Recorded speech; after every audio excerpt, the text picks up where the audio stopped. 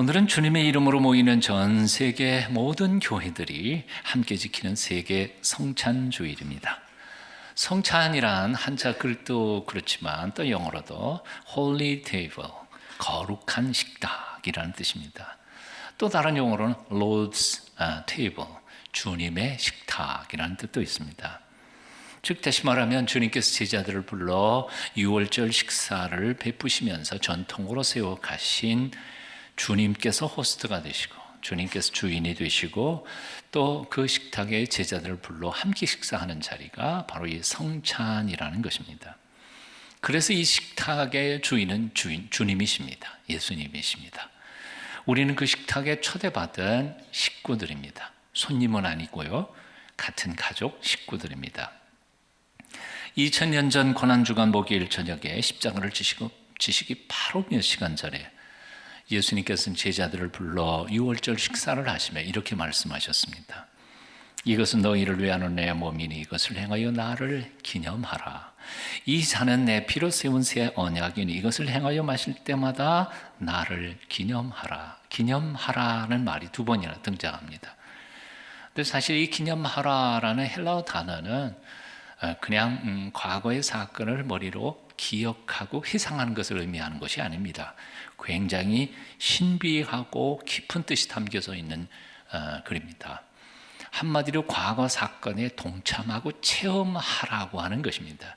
느껴야 되는 것이고요. 머리로 그냥 이성적으로 깨닫는 게 아니라 그 행사에 참여하심으로 주님의 죽으심에 내가 같이 죽는 사건에 동참한다는 것입니다. 이것은 영적으로만 이해할 수 있는 신비의 말씀입니다.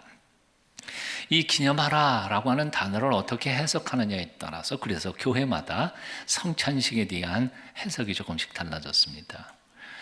대표적으로 캐톨릭 천주교에서는 그래서 이 성찬식에 대한 떡과 잔을 이렇게 표현합니다.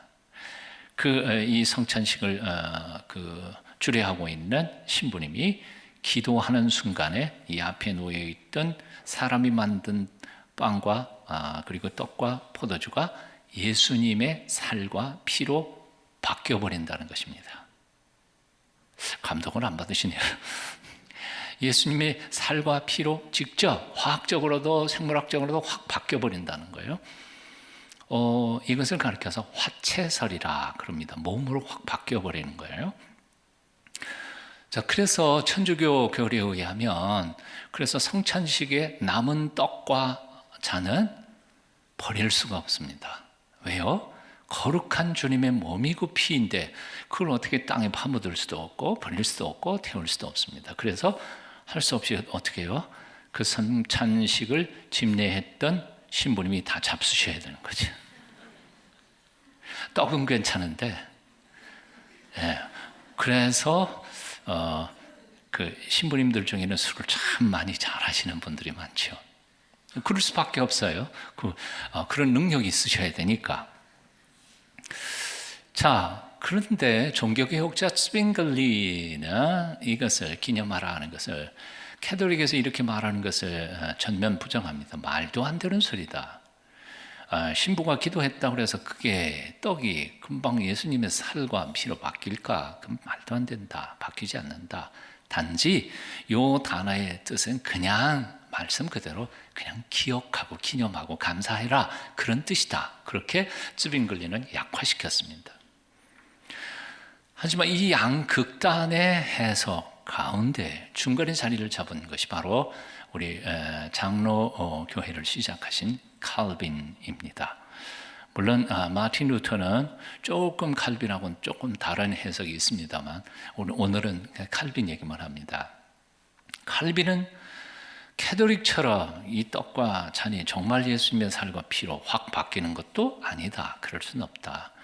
그렇다고 해서 스윙글리가 말한 것처럼 그냥 여기에 떡은 그대로 있고 그저 그냥 우리가 2000년 전에 우리를 위해서 죽어주신 예수님의 죽으심과 사심을 그냥 기억하는 기념식에 불과하다. 그것도 아니다. 그것도 아니다. 그럼 뭐냐?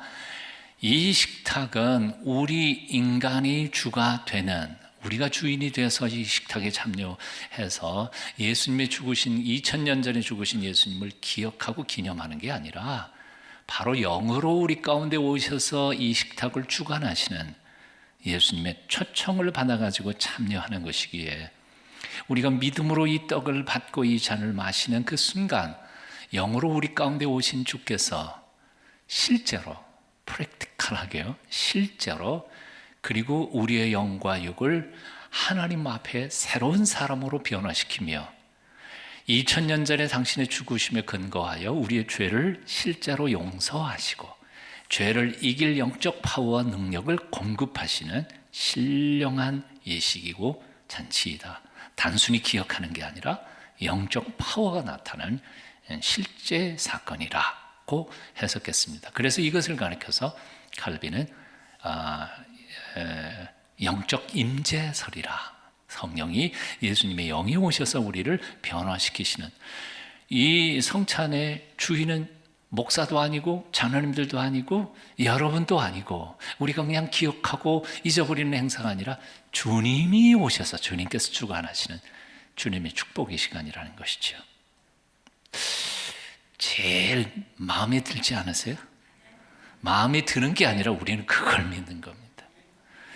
오늘 예배 가운데 오셔서 이 성찬 예식을 통하여 우리를 영생하게 하시고 과거와 현재와 미래의 모든 허물과 죄를 용서해 주시는 주님의 용서의 역사가 여러분 심령 가운데 충만하시기를 축원합니다. 오늘 여러분과 나누고 싶은 이 성찬의 메시지, 중요한 것 몇 가지가 있습니다. 그 첫 번째는 바로 나는 하늘로부터 내려온 살아있는 밥이다, 떡이다 라고 말씀하신 주님의 음성입니다. 요한복음 6장 51절, 여러분 앞에 있는 말씀 함께 같이 읽어보실까요? 함께 같이 읽습니다. 시작. 나는 하늘에서 내려온 살아있는 떡이니 사람이 이 떡을 먹으며 영생하리라. 내가 줄 떡은 곧 세상의 생명을 위한 내 살이니라 하시니라. 예수님께서 나는 하늘에서 내려온 살아있는 떡이다 라고 말씀하실 때에 그 떡이라는 헬라어 단어는 아르토스라고 하는데, 이 아르토스는 뭐냐면 유대인들이 주식으로 먹는 밀가루 떡을 의미하는 것입니다. 그러니까 이 주식이에요. 간식거리가 아니고 주식이 아르토스입니다. 그거 먹어서 우리 육체가 건강을 유지하고 생명을 살아가는 것입니다.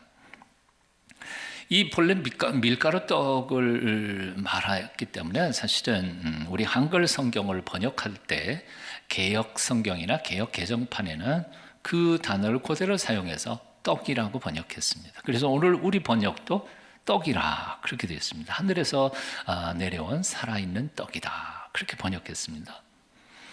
하지만 서구인들, 서양인들에게 있어서 주식은 떡이 아니었습니다. 중동 아시아 지역에는 밀가루 떡이 주식이지만 서구인들은 뭐가 주식입니까? 빵이지 않아요? 그래서 영어로 번역하고 독일어로 번역할 때에는 이것은 떡이 아니라 빵으로 번역했습니다. Bread of life, 생명의 빵, 그렇게 번역됐습니다. 그러다 보니까 우리 한글 성경 중에서 공동 번역이나 표준 세번역 같은 데에서는 이걸 서양에 그걸 따와가지고 빵이라고 번역했습니다. 공동 번역 보십시오. 빵입니다. 표준 세번역도. 그러니까 한글로 된 성경들은 떡이라고 번역하거나 아니면 빵이라고 번역된 건 둘 중에 하나입니다. 그런데 둘 다 사실은 곰곰이 그 단어 뜻을 새겨보면 둘 다 올바른 번역은 아닙니다. 왜냐하면 떡도 빵도 우리의 주식이 아니기 때문입니다. 우리의 주식은 뭐예요? 밥이지요. 한국 사람은 밥심으로 사는데. 그래서 어떤 분이 마태복음 4장에 예수님의 말씀을 읽어갑니다. 사람이 떡으로만 살 것이 아니요. 그렇지. 떡으로 사는 게 아니라 밥 먹고 살지.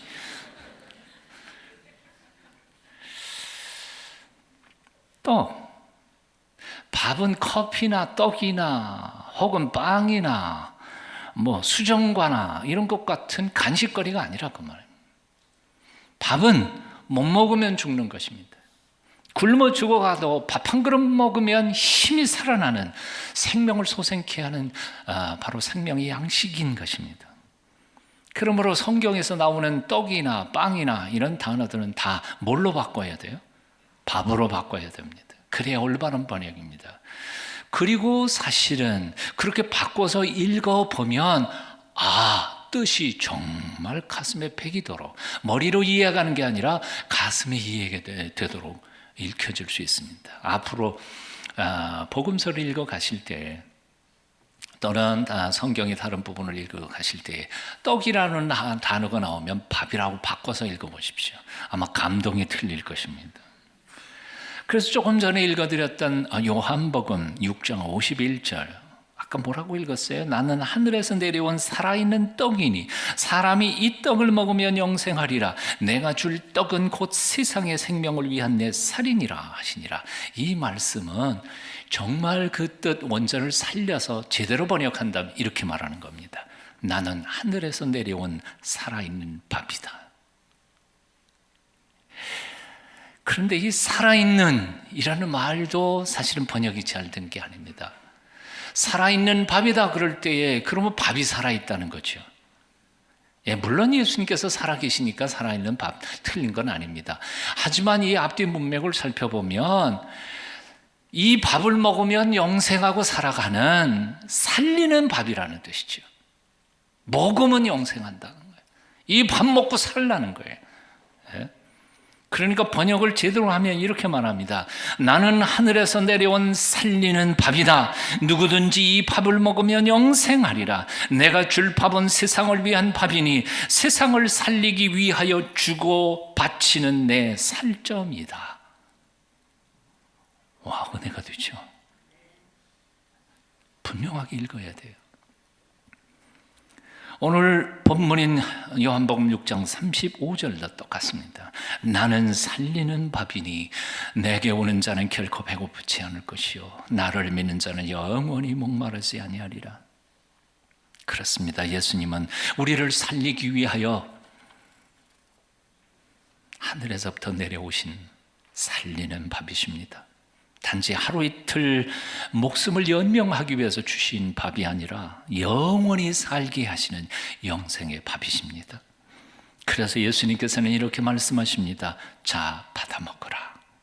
이게 내 몸이다. 받아 마셔라. 이것은 너희를 흘리는 피 곧 언약의 피니라. 생각해보면 참 어렵습니다. 자, 예수님의 몸을 먹고 예수님의 피를 마신다니, 이런 끔찍할 때가 어디 있습니까? 이걸 어떻게 하라는 말입니까? 우리는 그저 아무 생각 없이 성경을 읽어서 그렇고, 아까 교동문도 그냥 아무 생각 없이 읽으니까 그렇지, 그 뜻을 곰곰이 생각하면서 곱씹으면서 읽어보면 얼마나 끔찍한 얘기입니까? 얼마나 두려운 얘기예요. 도대체 이게 무슨 뜻이냐는 거예요. 두 가지의 뜻이 있습니다. 첫 번째는 바로 성찬 예식의 이 떡과 잔을 의미하는 것이겠죠. 이건 어렵지 않습니다. 그냥 받아 먹고 마시면 되니까요. 하지만 이것으로 끝나지 않습니다. 여전히 주님은 내 몸이다. 내 말씀이 아니고, 내 말씀이 아니라 내 몸이 너희를 위하여 찢어지는 너희 양식이 되고, 내 흘린 피가 바로 너희가 마셔야 할 영생의 생수라는 것이다. 이게 보통 어려운 얘기가 아닙니다. 이 이야기는 이렇게 설명할 수 있습니다. 우리가 매일 밥을 먹고 우리의 육체의 몸을, 건강을 유지하는 것처럼 바로 예수 그리스도, 그분이야말로 매일 꼬박꼬박 매 순간 받아 먹고 우리가 영생해야 할 생명의 밥으로 우리 가운데 오신 분이시라는 것이죠. 즉 다시 말하면 매 순간 인격적으로 그분을 만나 그분이 부어주시는 생명의 에너지를 우리는 공급받아야만 우리의 영혼이 산다는 것입니다. 그래서 신앙은 단순히 머리로 진리를 깨우치고 공부하고 알았다 그러면 끝나는 게 아니라 바로 말씀의 실체이신 예수 그리스도가 내 삶 속에 들어오시고 내 영혼 속에 들어오셔서 그 영혼 속에 들어오신 살과 피가 되시는 예수 그리스도를 통하여 영적 파워가 나타나는 것이 바로 크리스찬의 신앙생활이라는 것이죠. 어려운 얘기지만 성령님께서 우리의 삶 속에 예전에도 이루셨고 지금도 이루어 가고 계시고 앞으로도 믿는 자 속에서 역사하시는 하나님의 은총의 역사입니다. 믿으셔야 합니다. 요한복음 1장 14절 이하에 보면 이런 말씀이 있습니다. 말씀이 육신이 되어 우리 가운데 거하시매 우리가 그의 영광을 보니 아버지의 독생자의 영광이요 은혜와 진리가 충만하더라.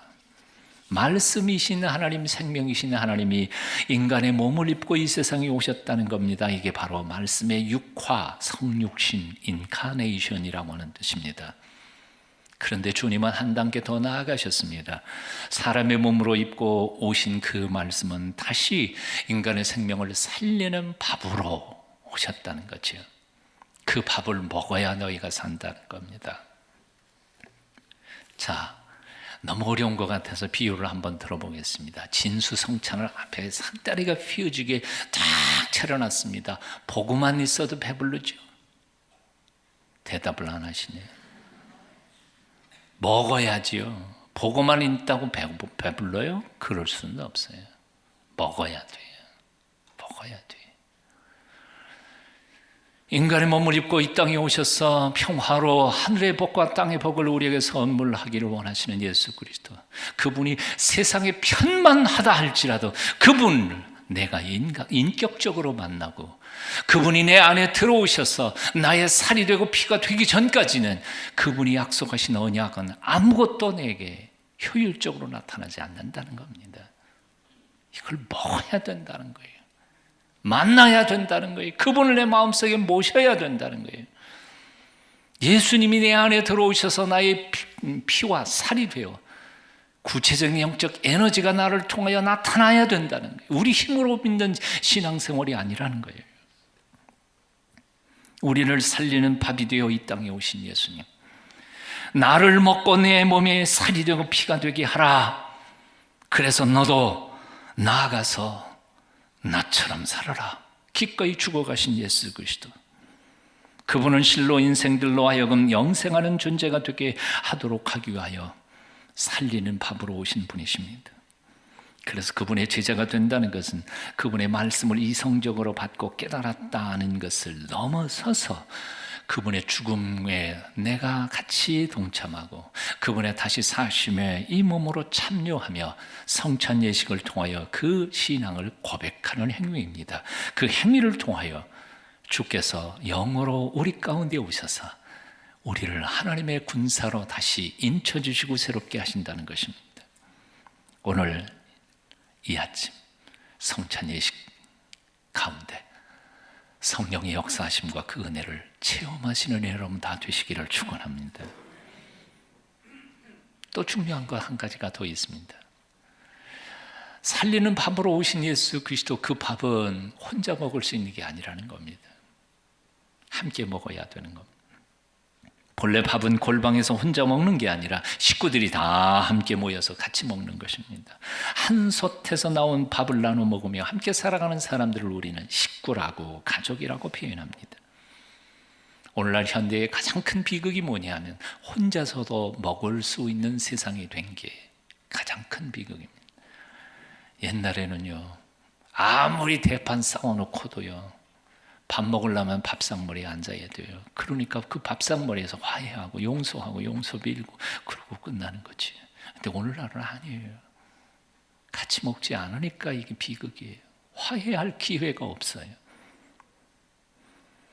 그렇게 모두 함께 나눠야 하는 것이 바로 살리는 밥이요 생명의 양식이요, 그리고 바로 밥으로 오신 예수 그리스도 그분이십니다. 그래서 예수님은 어느 누가 독점할 수 있는 분이 아닙니다. 기독교 신앙은 혼자 득도하는 것이 아니라 함께 서로 살을 맞대고 부대끼면서 서로가 서로를 돕고 도움을 받으면서 함께 성숙해가는 것입니다. 김지아 시인은 밥에 대하여 참 재미있게 썼습니다. 지난 주간 동안에 일본의 지성인들이 이 김지아 시인의 시를 읽고는 몸이 굳을 만큼 감동을 받았다고 그래요.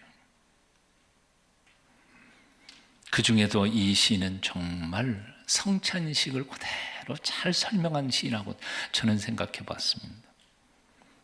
제목은 밥은 하늘입니다. 밥이 하늘입니다. 하늘은 혼자 못 가지듯이 밥은 서로 나눠 먹는 것.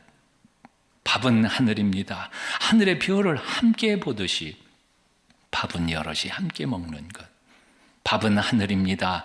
밥이 입으로 들어갈 때 하늘을 몸속에 모시는 것. 밥이 하늘입니다.